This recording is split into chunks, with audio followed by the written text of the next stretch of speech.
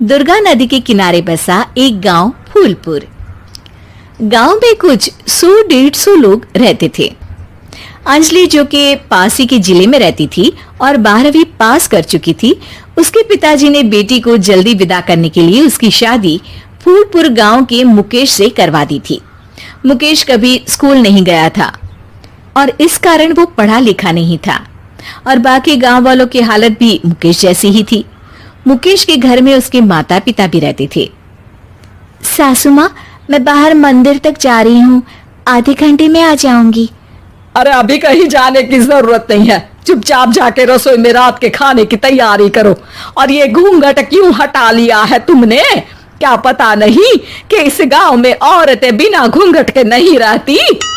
रात में अंजलि छत पर जाकर अपनी मम्मी से बात कर रही होती है। तभी गांव की 3-4 औरतें उसे देख लेती है और दरवाजे पर आकर उसकी सास से शिकायत करने लगती है। और क्या हुआ? अरे छत पे तो देखो, आपकी बहू मटक मटक के किसी से फोन पर बात कर रही है। दिन भर फोन पे लगी रहती है। अरे कल तो मंदिर के पास वो क्या कहते हैं, सेल्फी ले रही थी। शहर की बहू रखना अच्छा शान की बात है, पर देखना इसके लक्षण से ये तो तुम्हारे परिवार को बदनाम ना कर दे। ये पहली बार नहीं था जब सास से गांव के लोगों ने अंजलि की बुराई या शिकायत नहीं की हो। अब तो ये रोज की बात थी। अंजलि ये सब सुन लेती है। जब वो नीचे जाती है तो मुकेश भी वहां आ जाता है।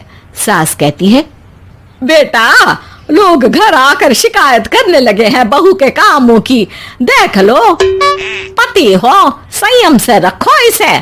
माँ जी, मैं तो अपनी माँ से बात कर रही थी क्योंकि यहाँ कोई बात करने लायक ही नहीं है और अब मैं माँ के पास ही रहूंगी। वहाँ क्या रहना, वहाँ बाहर के लोग तो ठीक है पर घर के लोग भी इज्जत ना दे सके। अरे नहीं नहीं अंजलि, ऐसा नहीं है, धीरे धीरे सब ठीक हो जाएगा, तुम फिक्र ना करो। अरे बस कुछ बोलना ही नहीं है, सर पे चढ़ा रखा है बहू को। सास मुकेश की नरम बात सुन के वहां से मुंह चढ़ाकर चली जाती है। मैं तो कहती हूँ हम दोनों शहर चले जाते हैं। मैं पढ़ी लिखी हूँ, मुझे वहाँ नौकरी भी मिल जाएगी और थोड़े दिनों में आप भी वहाँ कुछ काम ढूंढ लेना। अरे नहीं नहीं अंजलि, हम यहाँ ना गांव का खेत, माँ पिताजी को छोड़कर शहर नहीं जा सकते। माँ पिताजी को कैसा लगेगा और गांव वाले क्या सोचेंगे?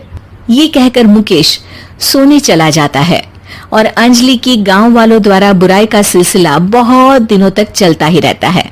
लेकिन अंजलि गुस्सा ना दिखाते हुए समझदारी से काम लेती है। बारिश का मौसम चालू हो जाता है। जोरदार बारिश से पूरे गांव में हाहाकार मच जाता है। दुर्गा नदी में बाढ़ आ जाती है और बाढ़ का पानी पूरे गांव की फसल तबाह कर देता है।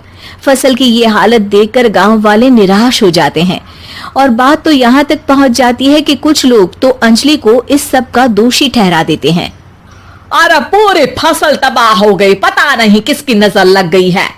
अरे जब से चौधरी परिवार में ये शहर की बहू आई है ना, तब से ही गांव की शांति चली गई है।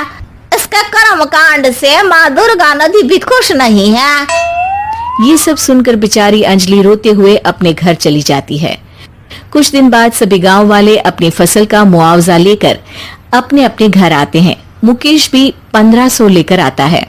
अंजलि को जब पासबुक दिखाता है तो अंजलि हैरान हो जाती है। अरे, ये पासबुक में तो उन्होंने 4000 की एंट्री करी है और आपको सिर्फ 1500 दिए। सच में? अरे वो सरकारी अफसर आपको बेवकूफ बना रहे हैं। सरकार की तरफ से हमें 4000 मिले हैं, लेकिन बाकी का सारा पैसा खुद ही खा रहे हैं। आप लोग के अनपढ़ होने का फायदा उठा रहे हैं। ये सब सुनकर मुकेश परेशान हो जाता है, लेकिन अंजलि उसे हिम्मत से काम लेने को कहती है और सुबह होते ही मुकेश को पंचायत कार्यालय ले जाती है और साथ में गांव के और लोगों को भी। आप सरकारी बाबू क्या गांव के लोगों को बेवकूफ समझते हैं? आपको क्या लगता है ये पढ़े लिखे नहीं है तो आप कुछ भी मनमानी करेंगे? ये बेचारे दिन रात इतनी मेहनत करते हैं, ये हमारे अन्नदाता हैं और आप इनके साथ ऐसा धोखा करते हैं। अरे क्या बके जा रही है ये लड़की? किस धोखे की बात कर रही है? अपने कांड करके नदी माँ को नाराज करके हमारा नुकसान करके इसे चैन नहीं मिला क्या? सरपंच जी, इन सरकारी बाबू ने मुझे बेवकूफ बनाया है और मेरे हिस्से के पैसे खुद चट कर गए। बस ये सुनते ही सरपंच वहां से दुम दबाकर भाग जाता है।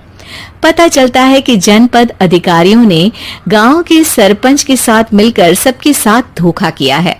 सब लोगों का विरोध शुरू हो जाता है और आखिर में अधिकारी सब गांव वालों के हिस्सों के बचे हुए पैसे उन्हें लौटा देते हैं और कई दिन तक सरपंच गांव में लौटता ही नहीं।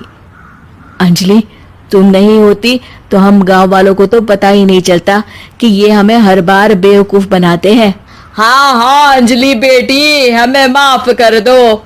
हम सब तुम्हें बुरा भला कहते रहे, लेकिन तुमने ही आज हमें बेवकूफ बनाने से बचाया है। हमें तुम पर गर्व है बेटी। अब समझ आया कि सरपंच तुमसे नहीं, तुम्हारे पढ़े लिखे होने से नफरत करता था। क्यों ना इस बार हम अंजलि को ही सरपंच पद के लिए चुन ले? क्या कहते हो गांव वालों? पढ़ी लिखी सरपंच। बस पूरा गांव अंजलि के लिए ताली बजाता है और अंजलि की सास उसे खुशी से गले लगा लेती है।